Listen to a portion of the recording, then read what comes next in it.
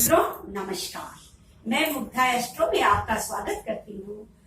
मित्रों, आज मैं आपके लिए सब्जेक्ट लाई हूँ कि आपके इच्छित संतान लड़का या लड़की जिसकी आपकी बहुत अभिलाषा होती है कैसे होती है। ये प्रश्न बहुत ज्यादा पूछा जाता है कि मेरी पहली संतान क्या होगी, लड़का होगा या लड़की। आज मैं उसी विषय में बात करने वाली हूँ और इस विषय को ठीक से समझने के लिए अगर बहुत जबरदस्त ये अभिलाषा मन में है कि मेरी पहली संतान नर यानी लड़का या लड़की कोई हो, तो हमें शादी के समय दोनों की कुंडली के मिलान पर पंचम भाव पर भी ध्यान देना होगा। ये बाद का विषय नहीं है, ये जब शादी की कुंडलियों का हम मिलान करते हैं उसी समय का विषय है।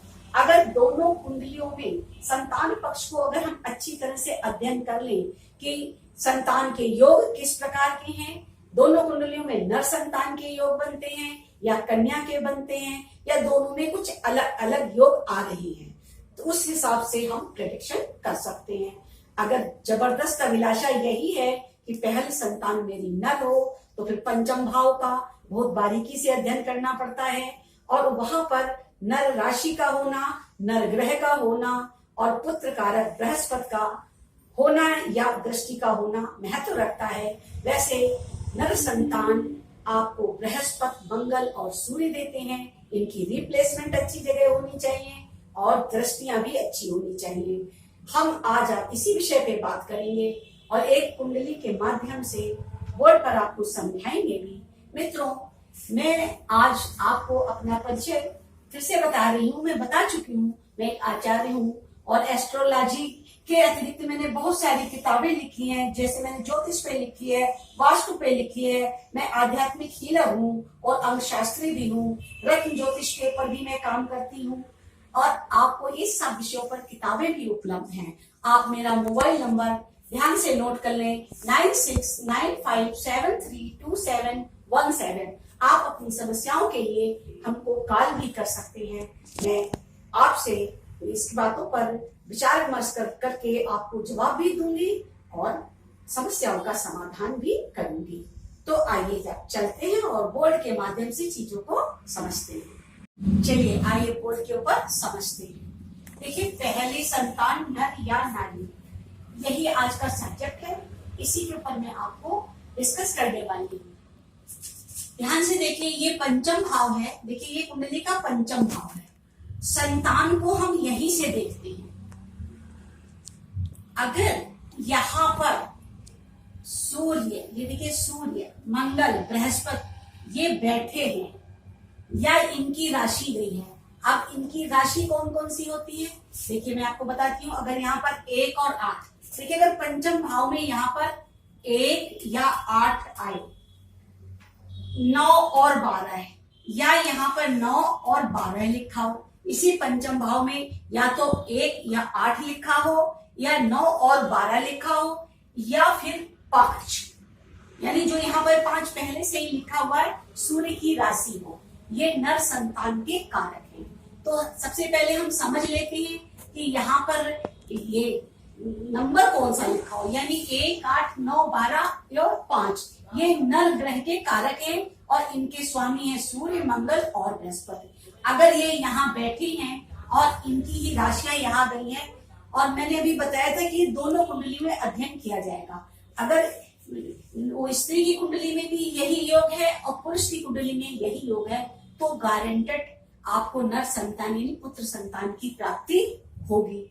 इसके अलावा और भी योग हैं, जैसे विषम राशियां 1, 3, 5, 7, 9, 11 ये विषम राशियां हैं। अगर ये पुरुष, यही पुरुष राशियां भी हैं, अगर ये यहाँ आती हैं और इनके स्वामी भी पुरुष राशि पर बैठते हैं, जैसे देखिए 1, 8, 9, 12, 5 इनके ऊपर बैठे, या जो मैंने अभी ये बताए 1, 3, 5, 7, 9, 11 इनके ऊपर बैठे, केंद्र में हो, त्रिकोण में हो, जो शुभ स्थान है उनमें हो और दृष्टियां भी उनकी ठीक हो, तो फिर पुत्र संतान का योग बनता है। और ये चीज हमें दोनों कुंडली में देखना है, एक कुंडली में नहीं देखना है।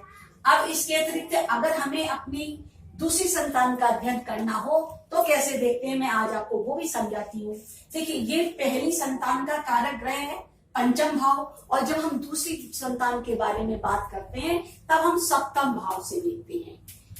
दो घर छोड़ के दूसरी संतान होती है, जैसे ये एक है तो इसको दूसरा ये छोड़ करके, अब ये सप्तम भाव से हम दूसरी संतान देखेंगे। ये दो घर आगे जाकर आपको मिलेगा, 1 2 3 इस प्रकार से, तो ये तीसरा घर बनता है, पर 2 घर आगे आपको ये दूसरी संतान का योग देखा जाता है। अगर इसमें भी आपके नर राशियां गई हैं या नर ग्रह बैठे हैं तो आपको दूसरी संतान के योग में लड़के की प्राप्ति होगी। ये हम पहली संतान का प्रेडिक्शन देखते हैं, ये हम दूसरी संतान का। इसी तरीके से अगर हमें और ज्यादा संतान चाहिए तो फिर हम यहाँ नवम भाव को देख लेंगे। इसी प्रकार आगे बढ़ते जाएंगे, परंतु आज का पीरियड केवल 1 2 संतान का है, तो पंचम और सप्तम को देखना काफी रहेगा। इतने से ही हम जान सकते हैं कि हमारी पहली संतान और दूसरी संतान क्या होगी। इसके विपरीत अगर किसी को कन्या की अभिलाषा है, हमेशा पुत्र की अभिलाषा नहीं होती, लोग कन्या संतान को भी चाहते हैं। तो अगर हम चाहते हैं कि हमारी पहली संतान कन्या हो या दूसरी संतान कन्या हो, तो हमें इसके विपरीत देखना होगा। देखिए, कन्या के लिए कारक ग्रह क्या है?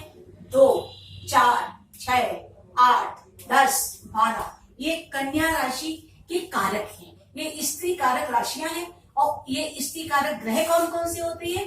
2 4 7। 2 का मतलब शुक्र से है, 4 का मतलब चंद्रमा से है, और 7 का फिर दोबारा मतलब शुक्र से हो जाता है। शुक्र और चंद्रमा स्त्री कारक ग्रह है, और सूर्य मंगल बृहस्पति पुरुष कारक है। तो स्पष्ट है कि जब स्त्री कारक ग्रह स्त्री कारक राशियों पे बैठेंगे तो फिर कन्या का जन्म होगा। तो इच्छित संतान के लिए स्पष्ट है कि अगर हम पंचम को, सप्तम को और आखिर में नवम को भी अगर हम देख लें, और शादी के समय ही ये देखना है, बाद में तो जो कुंडली मिलाई जा चुकी है फल उसी हिसाब से होगा, तो स्पष्ट बताया जा सकता है कि आपकी पहली दूसरी संतान नर होगी या कन्या होगी। तो इससे आपको समझ में आया होगा कि स्त्री या पुरुष यानी संतान, जो इच्छित संतान की बात है, वो हमारे वश में तभी हो सकती है जिस समय हम कुंडलियों का मिलान कर रहे हो, तभी हम पंचम भाव का अध्ययन कर लें, और तभी हम आगे के ग्रहों का भी देख लें कि इनके योग आगे जाकर कब कब बनते हैं। एक तरीका ये भी होता है कि जब बृहस्पति रोटेशन से पंचम भाव में आता है या दृष्टि करता है, जिसे गोचर कहते हैं, तब भी संतान की संभावना बनती है, और पुत्र की संभावना में बृहस्पति का वहां बैठना और दृष्टि डालना, उसी समय इत्तेफाक से दूसरे अन्य ग्रहों का भी वहां पर जो नर कारक हैं बैठना या दृष्टि देना योग बनाते हैं।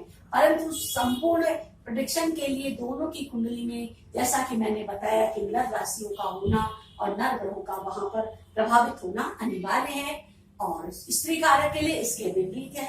मैं उम्मीद करती हूँ कि आपको ये टॉपिक क्लियर हुआ होगा, और आप अपनी इच्छित संतान प्राप्ति के क्या कारण है और क्या कारण हो सकते हैं कुंडली के माध्यम से समझ सकते हैं, और इच्छित संतान प्राप्त भी कर सकते हैं।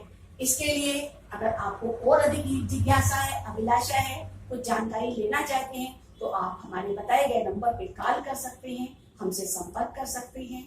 और आज के टॉपिक को जो मैंने समझाया क्लियर हो चुका है। आपका बहुत बहुत धन्यवाद। हम फिर एक नए टॉपिक के साथ मिलेंगे, तब तक के लिए मित्रों नमस्कार। आप हमारे चैनल को लाइक करें, सब्सक्राइब करें, बेल आइकन को जरूर दबाएं। आप जब हमें लाइक करते हैं, सब्सक्राइब करते हैं, तो हमारा मनोबल और बढ़ता है, और मेरा आपके लिए वीडियो बनाने का और अधिक मन करता है। तो कृपया लाइक सब्सक्राइब जरूर करें।